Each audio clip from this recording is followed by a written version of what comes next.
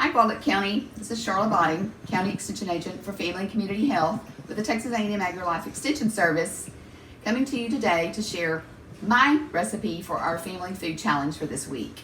The ingredients I asked you to use were chicken, vegetables, and anything else in your pantry you wanted to add to your dish. So I've chosen to make chicken pot pie.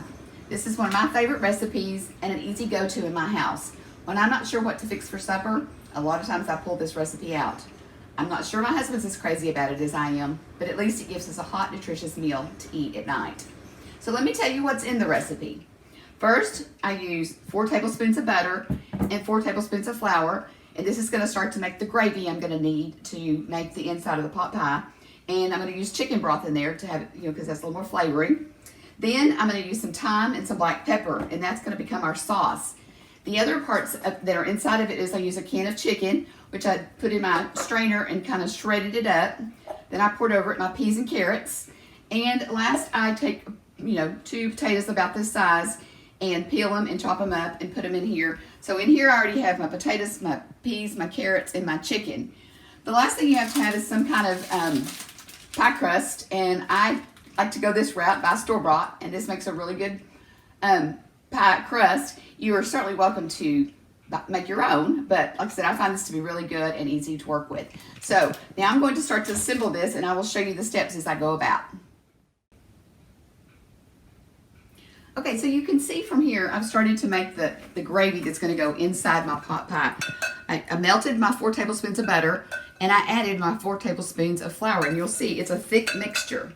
So with that, then I'm going to add 2 cups of chicken broth in there. And whisk that around and start to get that all mixed up together in there, really good.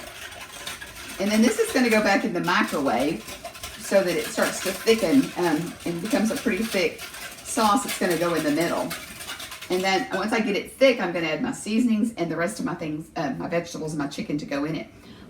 Okay, so I got a pan out and I sprayed it with Pam and I lined it with one of the pie crusts. You need to be sure that you're buying a pie crust that has a top and a bottom, because that's what I do in this recipe. You could just put it on top if you wanted to save some of those carbohydrates, calories, but we like it with it on the top and the bottom.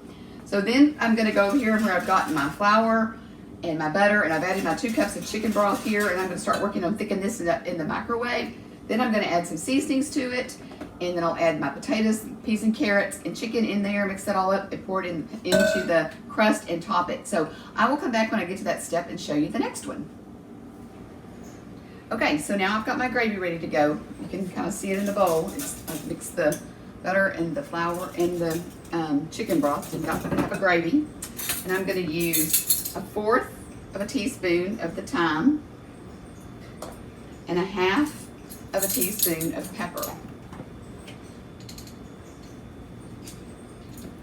And I'm going to mix that in there really good. Then I'm going to go over here and grab all my other ingredients and add those in here. You can see that I get my chicken, my peas, my carrots, and my potatoes, and put those in there. And just mix that all in there really good together. Make sure it's all good to go there. And then I'm going to pour this in. I need a spatula. I'm going to pour this in and get it all out of this bowl. And you'll see I have a nice full pie crust dish right there. And if you're wondering, I don't have gloves on. Well, it's because I've washed my hands really well, and I'm cooking at home for my family. And so what I would do if I was cooking in public or cooking for some other group is I would have gloves on as I was preparing it. But for me, I'm going to go this route. So then you take and put your second pie crust on top, and I always kind of fit it, and then I fold under the corners at the edges and go all the way around. Kind of get it where it kind of squares up to match my pan.